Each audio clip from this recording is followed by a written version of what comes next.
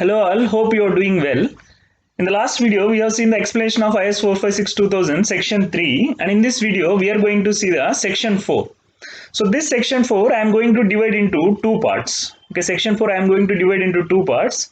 Before that, in section 3, what we have discussed is, we have discussed various provisions related to the design of beams, columns and slabs. Okay, then in the section 4, in part 1 of the video, we are going to discuss about the corbel, deep beams, ribbed slabs and flat slabs. Then in the part 2 of the video, we will see about the design provisions of RCC walls, staircase and footings. Okay, so let us see the part 1. So let us see the first clause here, clause number 28.1. So this clause defines what is a corbel. Okay, basically corbel is a cantilever projection. Okay, corbel is a cantilever projection like this, and this corbel supports the load bearing member. Okay, corbel supports what? A load bearing member, and this corbel is usually constructed. Okay, corbel is usually constructed into either a column or wall.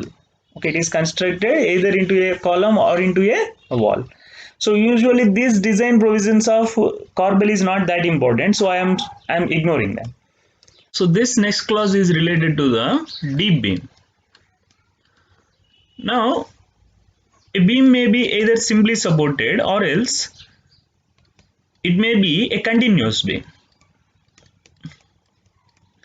So a simply supported beam or a continuous beam can be called as a deep beam based on the criteria of effective span to overall depth. Okay, effective span to overall depth. So if the effective span to overall depth is less than 2 in case of the simply supported beam, or else less than 2.5 in case of the continuous beam, then they are called as deep beams. Okay, they are called as deep beams. Then for these deep beams, design criteria is little different. So let us see that. So now if you take the lever arm of the deep beam, okay, if you take the lever arm of the deep beam, what is lever arm is? So now suppose this is a beam.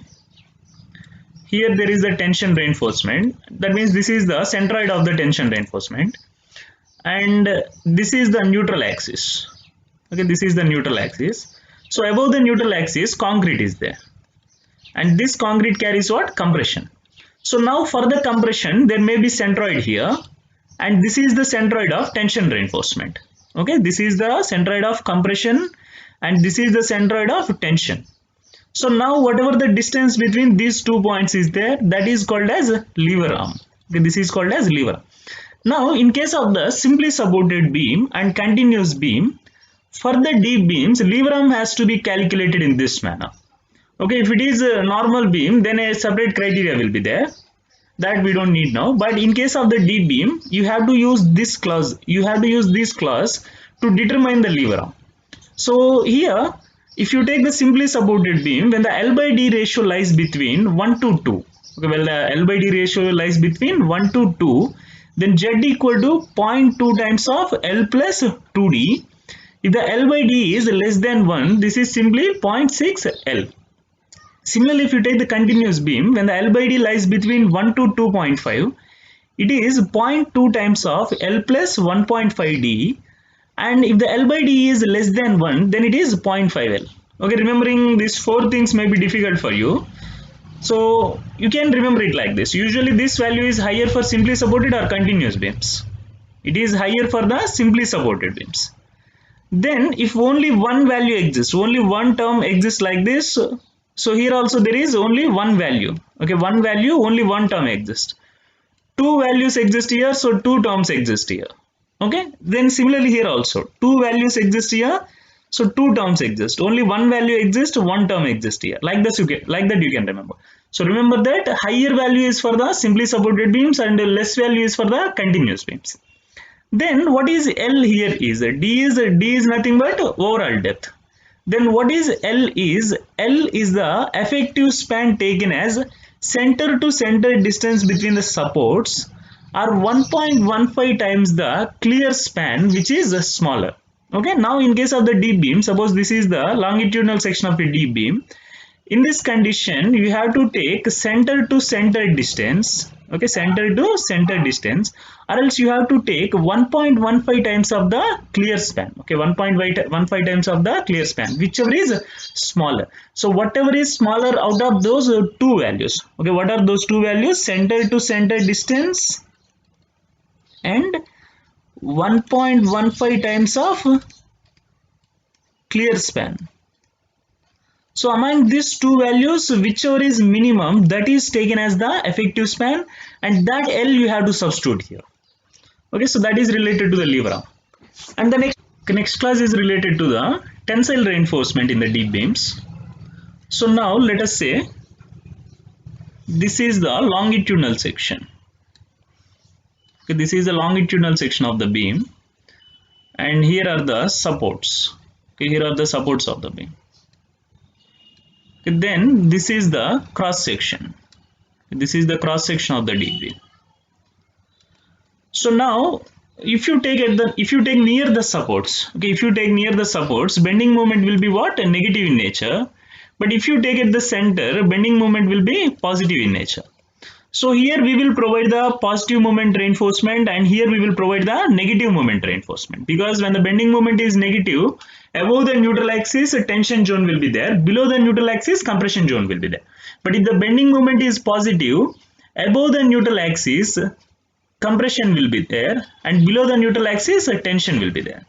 Okay, so here if the positive moment is there, tension reinforcement has to be provided here. If the compression reinforcement is, if the negative moment is there, tension reinforcement has to be provided here. Okay, like that it is.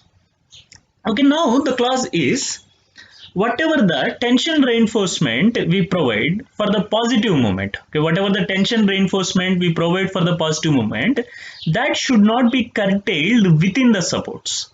In the last video we have seen that some of the bars can be curtailed. Okay, some of the bars can be curtailed in between the supports, but in case of the deep beams, bars should not be curtailed between the supports.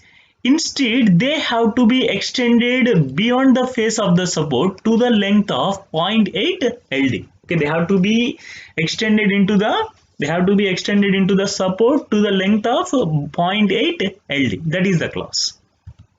Okay, so extended without curtailment between the supports, so that at the face of the supports it shall have a development length not less than 0.8 LD. Then whatever the positive moment reinforcement we provide here, okay, whatever the positive moment reinforcement we provide here, that should be placed within the depth of, okay, this is the tension phase here, this is the compression phase. Okay, so this has to be provided within the depth of 0.25D to 0.05 L. Okay, 0.25D to 0.05 L. So within that depth only you have to arrange the tension reinforcement for the positive moment.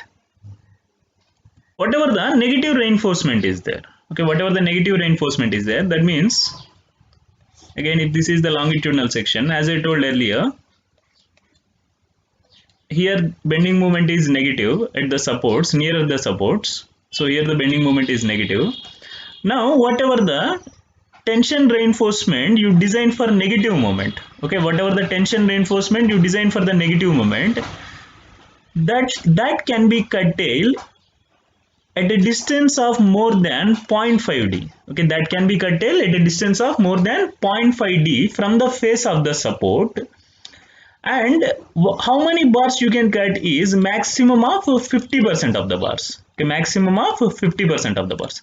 So see this class, it shall be permissible to terminate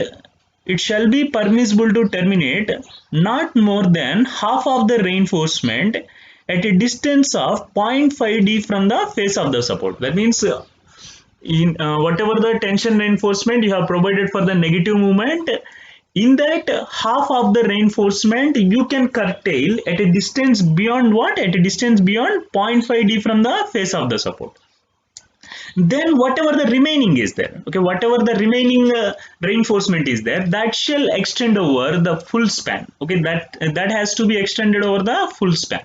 So half of the bars you can cut at a distance of half of the bars you can cut at a distance of 0.5d, but the remaining half bars you have to provide beyond the full span like this. Okay, that is about the negative reinforcement. Then next clause is related to the ribbed slabs. Okay, next clause is related to the ribbed slabs. So usually these ribbed slabs we use when we have to avoid the columns in between. Okay, when we want to avoid the columns in between, so we have to use the ribbed slabs, and using the ribbed slab increases the spans. Okay, using the ribbed slab increases the span lengths. Now, whatever the ribbed slabs are there here, so here these are the ribs. Okay, these portions are the ribs. Now, if you provide the beams like this only in one direction, it is called as ribbed beams. Ribbed slab. If you provide the beams in both the direction, that means you have provided the beams in this direction also, then it is called as waffle slab. Okay, remember that if the beams are provided only in one way, then it is called as a ribbed slab. If it is provided in both ways, then it is called as waffle slab. So whether it is a ribbed slab or waffle slab, whatever the width of the rib is there, okay, whatever the width of the rib is there, that shall not be less than how much? 65 mm. Okay, width of the rib shall not be less than 65 mm. That means this width, okay, this width shall not be less than 65 mm, and they shall be placed at centers not greater than 1.5 meter apart. Whatever the center to center distance is there, that should not be more than how much? That should not be more than 1.5 meter, and their depth excluding any topping, okay, their depth excluding any topping shall not be more than 4 times their width. Okay, whatever the depth of the rib is there, okay, whatever the depth of the rib is there, that should not exceed 4 times the width of the. So next clauses are related to the flat slabs. So first let us see what is a flat slab. Now if you take this structure, here there are columns and this is the slab. So slab is directly supported on the column here, and there are no beams here. Okay, there are no beams here. So a slab supported directly on the columns without beams, that is called as a flat slab.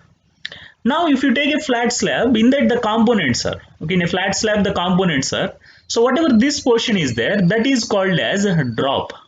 Okay, whatever that portion is there, that is called as a drop or drop panel.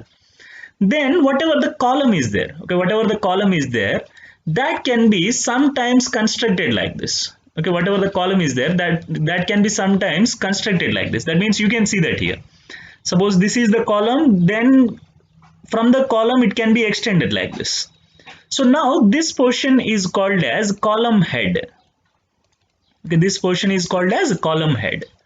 Okay, so components in the flat slab are, first you have the slab, then below the slab you may have the drop, and below that you may have the column head, then below that you may have the column. And here slab and column are compulsory, but drop and column head are optional. Okay, so now if you can see here, so here we have the flat slab, here we have the slab, and then slab is directly supported on the column. There is no drop here and there is no column head here. But next if you can see here, there is a drop here. Okay, this portion is the drop and this portion is the column head. So both drop is there as well as column head is there. And now if you see here, you have the column head here, but there is no drop here. Okay, there is no drop here. So like this you can construct it. Slab and column are compulsory, but drop and column head are optional. You can keep them or else you can avoid them. Okay, that depends on your requirements. Okay, now let us see what is flat slab definition. Flat slab means a reinforced concrete slab with or without drops. So drops can be there or may not be there.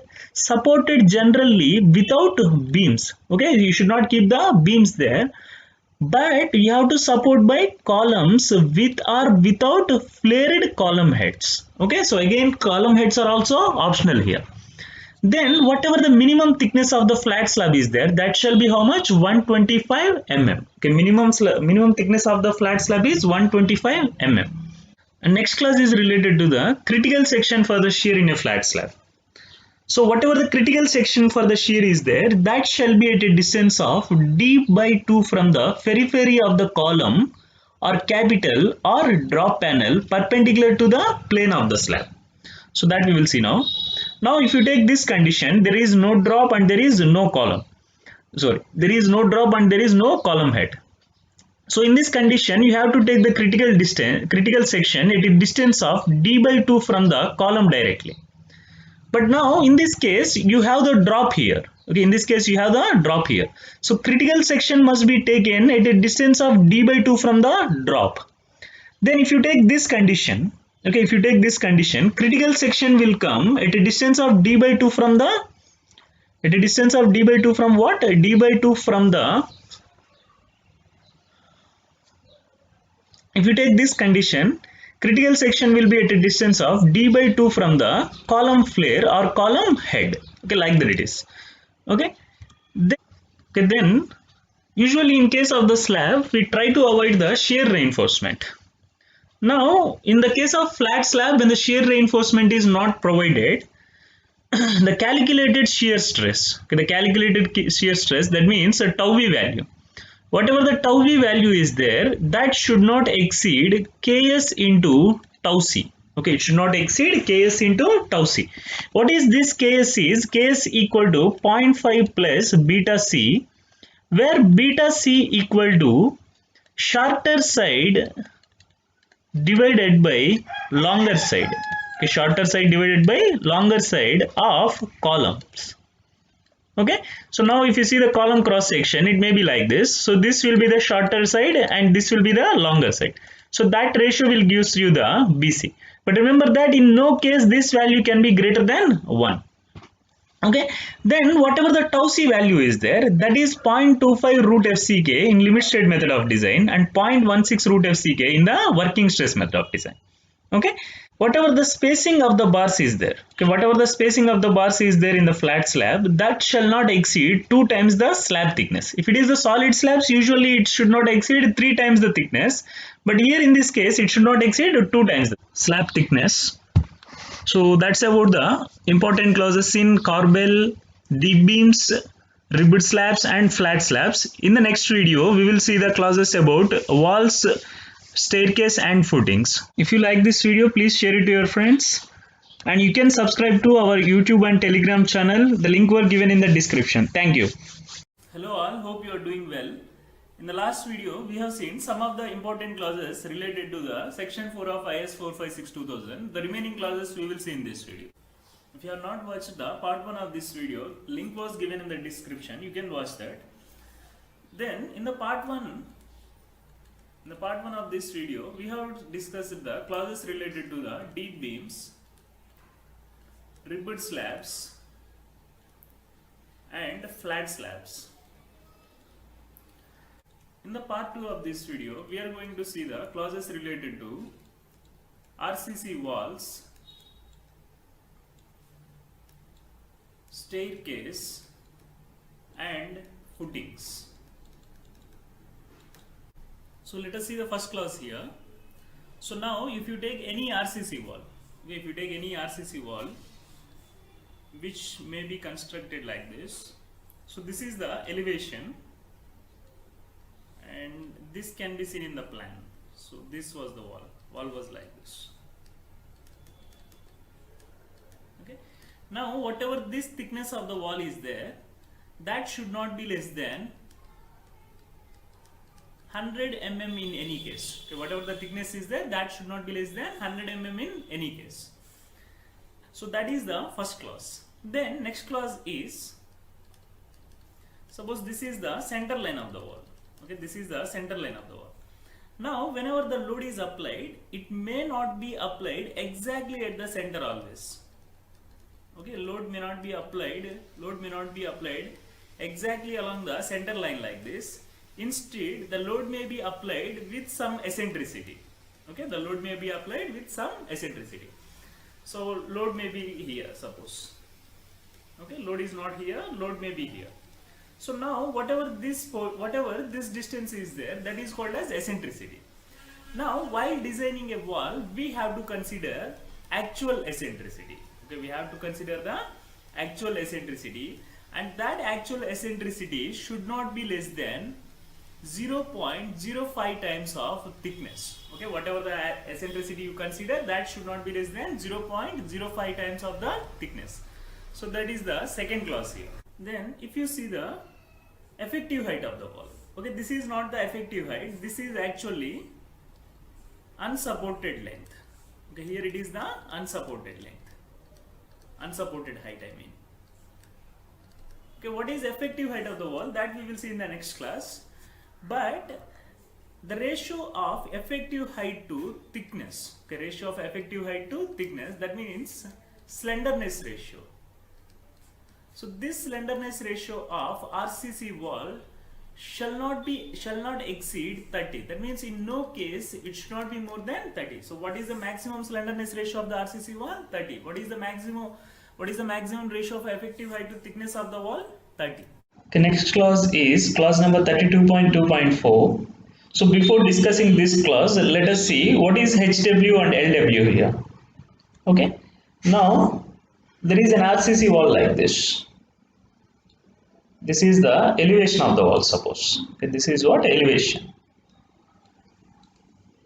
Okay, now this is one floor here and this is another floor. So this floor to floor unsupported length. Okay, this floor to floor unsupported length, that is called as HW. Okay, so HW means floor to floor unsupported length. Then what is LW is?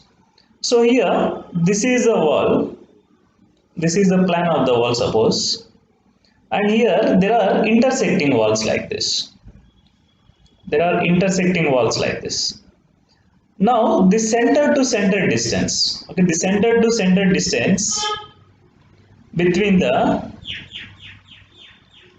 center to center distance of the intersecting walls or lateral walls, that is called as LW. Hope you understand what is HW and what is LW. So now let us see what is the effective height of the braced wall. Braced wall means whatever the wall is has the cross walls. Okay, suppose a wall is there and if it is constructed along with the cross walls like this, then it is called as a braced wall.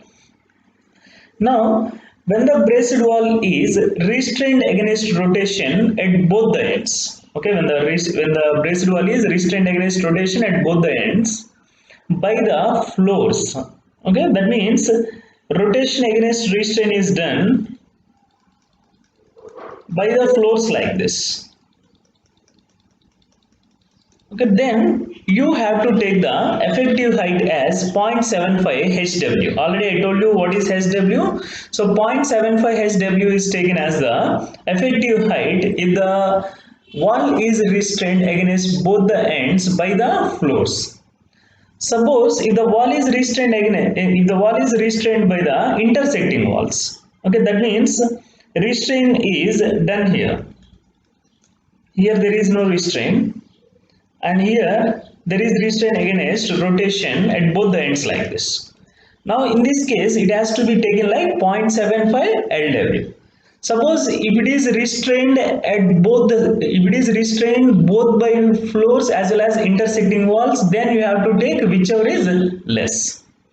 Suppose if it is not restrained against rotation at both the ends, if it is not restrained against rotation at both the ends, then it has to be taken like HW in case of the floors and LW in case of the restriction by the walls.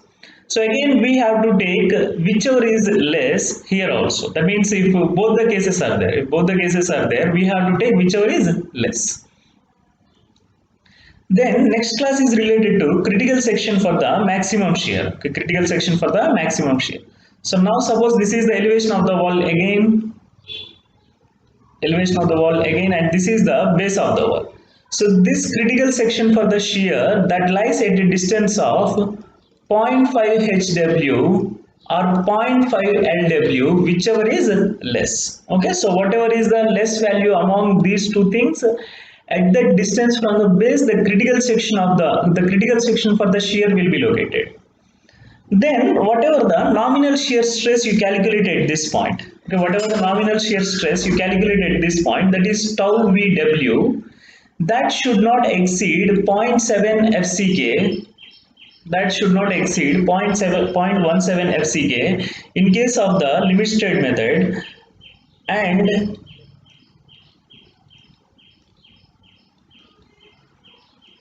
again it should not exceed 0.12 FCK in case of the working stress method. So whatever the nominal shear stress you have calculated in the critical section, that should not exceed 0.17 FCK in the limit state method and 0.12 FCK in the working stress method. So next clause is related to the reinforcement for the walls. So now if I see the elevation of a wall, okay, when I see the elevation of a wall, you can see the reinforcement in both the directions. So one is the vertical reinforcement, another one is the horizontal reinforcement. This is the vertical reinforcement and this is the horizontal reinforcement. So in both the directions you have to provide the reinforcement. So now whatever the minimum ratio of vertical reinforcement to gross concrete area, okay, minimum ratio of vertical reinforcement to gross concrete area. So that is, so if you see the vertical reinforcement, here you can see the bars which you have provided. Okay, here you can see the bars which you have provided. So this area of vertical reinforcement, okay, this area of vertical reinforcement to the gross concrete area, okay, to the gross concrete area, that shall be minimum, okay, that shall be minimum 0.0012 for deformed bars not larger than 16 mm.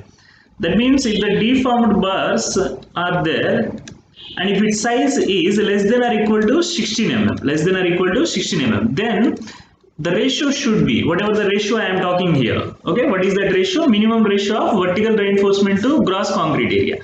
That should be how much? 0.0012. And suppose if you are using the mild steel bars, okay, for you are using the mild steel bars or deformed bars of greater than 16 mm, then in that case the ratio should be how much? 0.0015. So that's the clause. Okay, if you are using the deformed bars, the ratio of vertical reinforcement to gross concrete area should be 0.0012 minimum and 0.0015 for other type of bars. That means for the mild steel bars and the deformed bars of greater than 16 mm. Then whatever the spacing is there, okay, whatever the spacing is there, that should not be more than 3 times the wall thickness or 450 mm. Okay, so whatever the maximum spacing is there, that should not be more than how much? 3T or 450 mm, whichever is less. Okay, whichever is less. Okay, so that is about the vertical reinforcement. And next clause is related to the horizontal reinforcement. So now if you see the horizontal reinforcement to gross concrete area. Okay, so now this is the horizontal reinforcement and here this will be the gross concrete area in this direction. Okay, this will be the gross concrete area in this direction.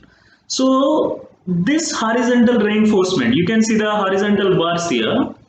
So this horizontal reinforcement area to the gross concrete area in this direction, that should not be more than, that should not be less than 0.0020 for deformed bars not larger than 16 mm and 0.0025 for the other type of bars. Okay, so see this again, you have two conditions now. First one is the deformed bars of less than 16 mm and other type of bars. Other type of bars means mild steel bars or bars greater than, deformed bars greater than 16 mm. So if it is the vertical reinforcement and horizontal reinforcement, okay, vertical reinforcement and horizontal reinforcement, so gross concrete area, here also gross concrete area. So vertical reinforcement to gross concrete area shall not be less than, okay, shall not be less than 0.0012 here and it should not be less than 0.0015 here. But if you see the horizontal reinforcement to gross cross-sectional area, then in that case it should not be less than 0.0020. If you are using the deformed bars of less than 16 mm, less than or equal to, of course, and it should not be less than 0.0025 if you are using the other type of bars. Okay, so that's about the reinforcement in the walls. This clause is related to the effective span of the stairs without the stringer beams. So first let us see what is a stringer beam. Now this portion is called as going here. Okay, this projection of flight is called as going, and these two portions are called as landing. Okay, so now this is the longitudinal direction here. Sometimes what we do is, in the longitudinal direction we arrange a beam like this. Okay, that means below the stairs we arrange a beam like this in the longitudinal direction. That beam is called as a stringer beam. Okay, so the beam which is arranged in the longitudinal direction to support the stairs, that is called as a stringer beam. So now whatever the case I am discussing, that is without the stringer beams. Okay, so let us see that. Okay, so now this is landing 1 here, and this is landing 2, and this is the going. Okay, this is the going. So here, to calculate the effective span of the stairs, totally 4 conditions are there. Okay, totally 4 conditions are there.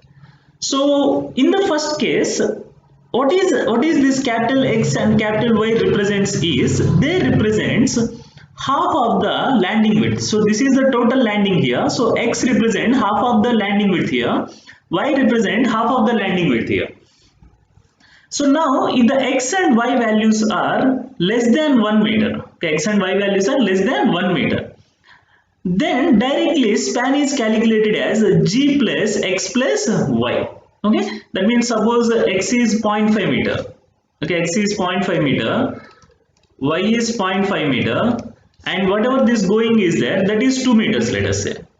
Okay, that is 2 meters. So directly we will take it as 2 plus 0.5 plus 0.5, that will be 3 meters. Okay, like that we will do. Now suppose if the X is less than 1 meter and Y is greater than 1 meter. Okay, X is less than 1 meter and Y is greater than 1 meter. Then what we have to do?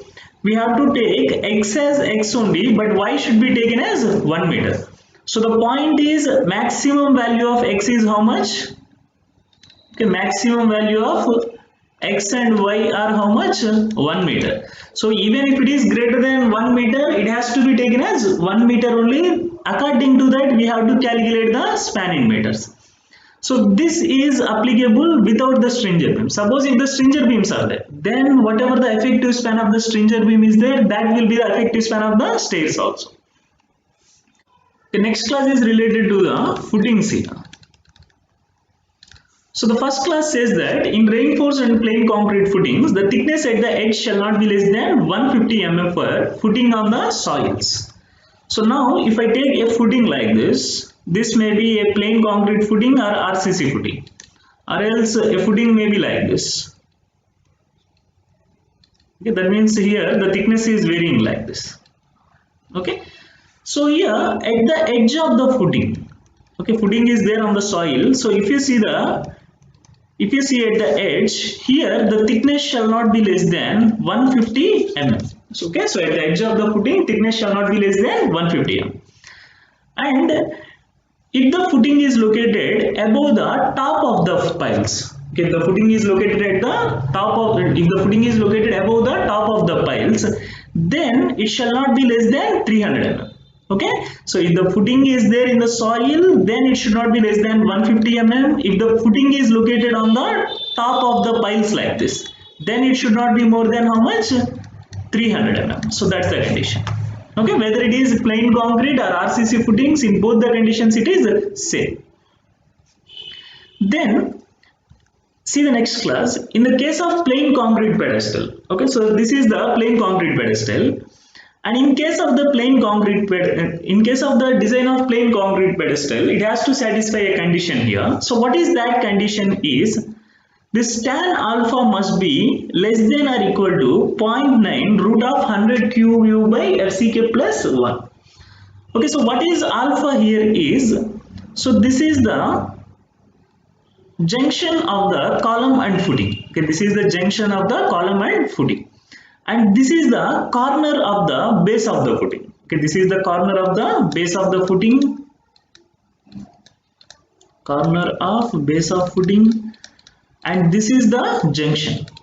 So join both of them using a line like this, and whatever this line, whatever the angle made by this line with horizontal, that I am taking as alpha. Now if you determine the tan alpha value, that must be less than or equal to 0.9 into root of 100 QU by FCK plus 1. So what is FCK here is that we know that is the grade of the concrete, and what is QU is that is the bearing capacity of the soil. Okay, QU is the bearing capacity of the soil. So using this condition we have to design the plain concrete pedestal. So this next class is related to the critical section for bending moment. Okay, critical section for the bending moment. Now if you take an RCC footing, okay, if you take an RCC footing, it can be constructed either below the RCC column or wall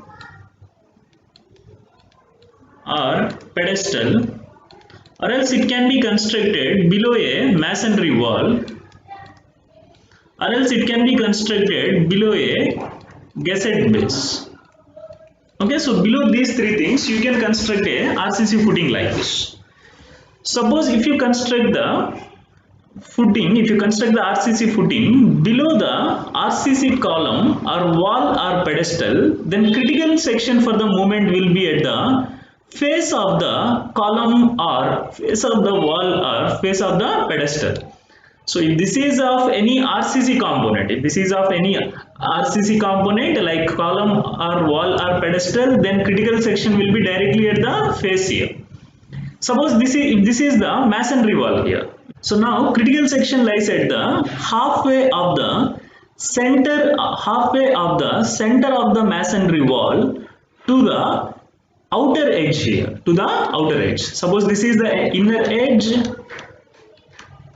and this is the outer edge. Okay, so if the footing is constructed below the masonry wall, then critical section for the moment will be at halfway of the central line and outer edge.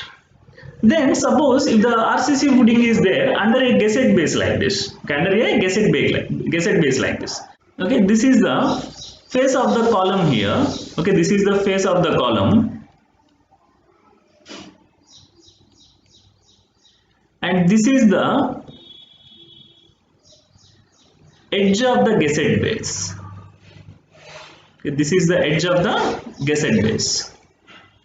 Okay, so now your critical section lies at the halfway of the face of the column and the edge of the gusset base like this. So exactly at the center it will be like this.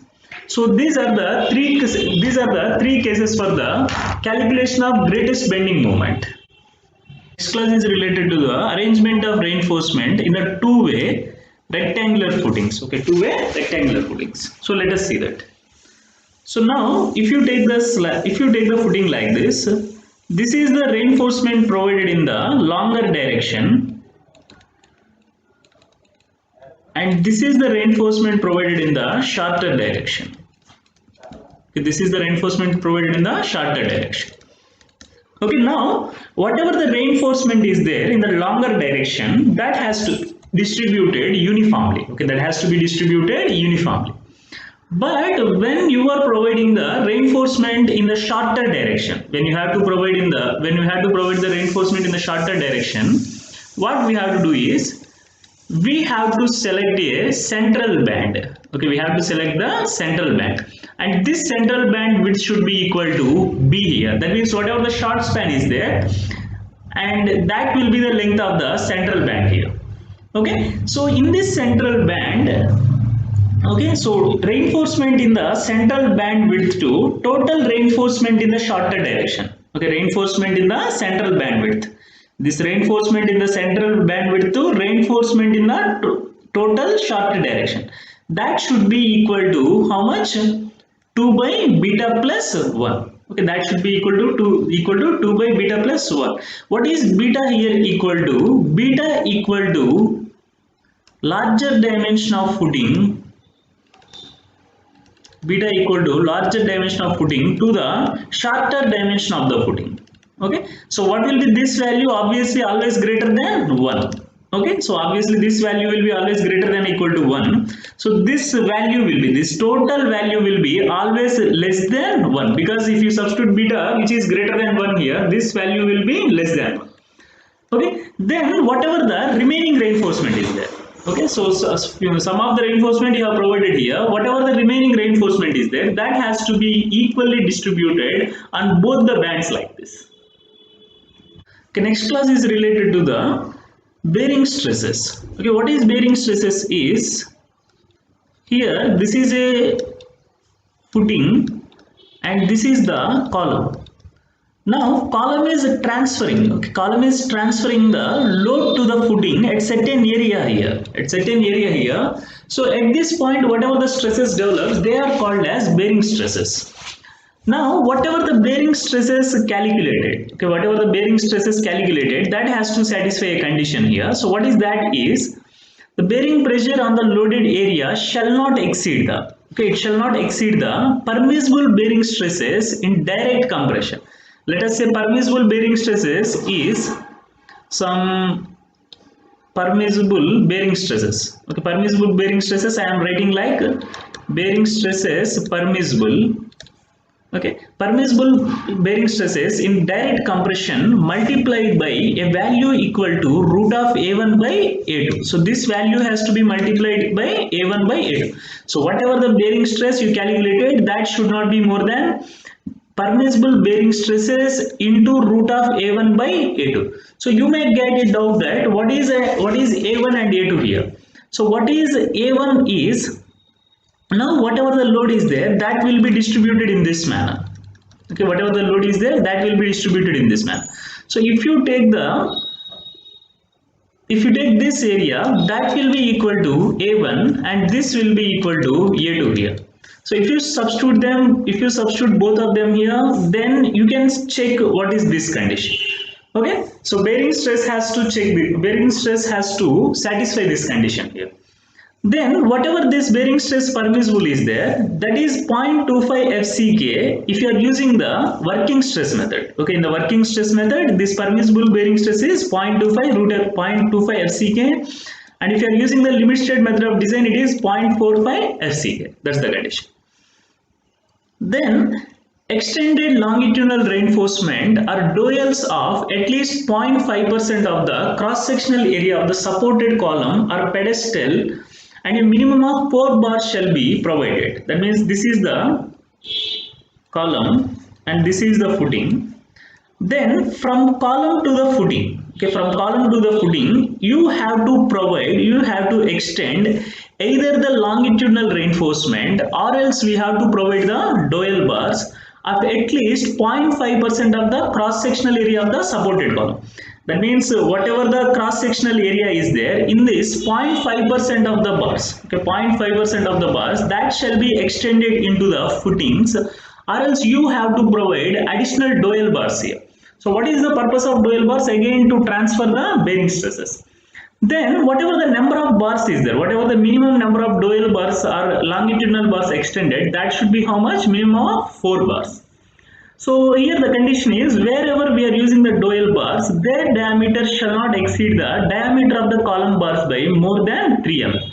Suppose here we are using the column bar diameter as 25 mm, or else we are using 20 mm bar. Then when you are providing the dowel bar here, okay, when you are providing the dowel bar here, this dowel bar diameter should not exceed 20 mm plus 3 mm like that. So what is the maximum bar diameter of dowel bar? That is column bar diameter plus 3 mm. Then last class is related to the nominal reinforcement. Okay, last class is related to the nominal reinforcement. So whatever this nominal reinforcement for concrete sections is there, for concrete sections of thickness greater than 1 meter is there. That means footing is there like this, and here thickness of footing is greater than 1 meter, let us say. Okay, thickness of footing is greater than 1 meter. Then whatever the nominal reinforcement you provide, that should be minimum 360 square mm per meter length. Okay, per each meter length it has to be 360 square mm, and that has to be provided in each direction on each face. Okay, that has to be provided in both the directions. Okay, so this direction you have to provide, as well as in this direction also you have to provide. Okay, so that is about the clauses related to the footing. So this is about the IS 456 2000 section 4. In the next video, we will see the section 5 of IS 456 2000. So if you like our video, please share it to your friends and subscribe to our YouTube and Telegram channel. The link was given in the description. Thank you.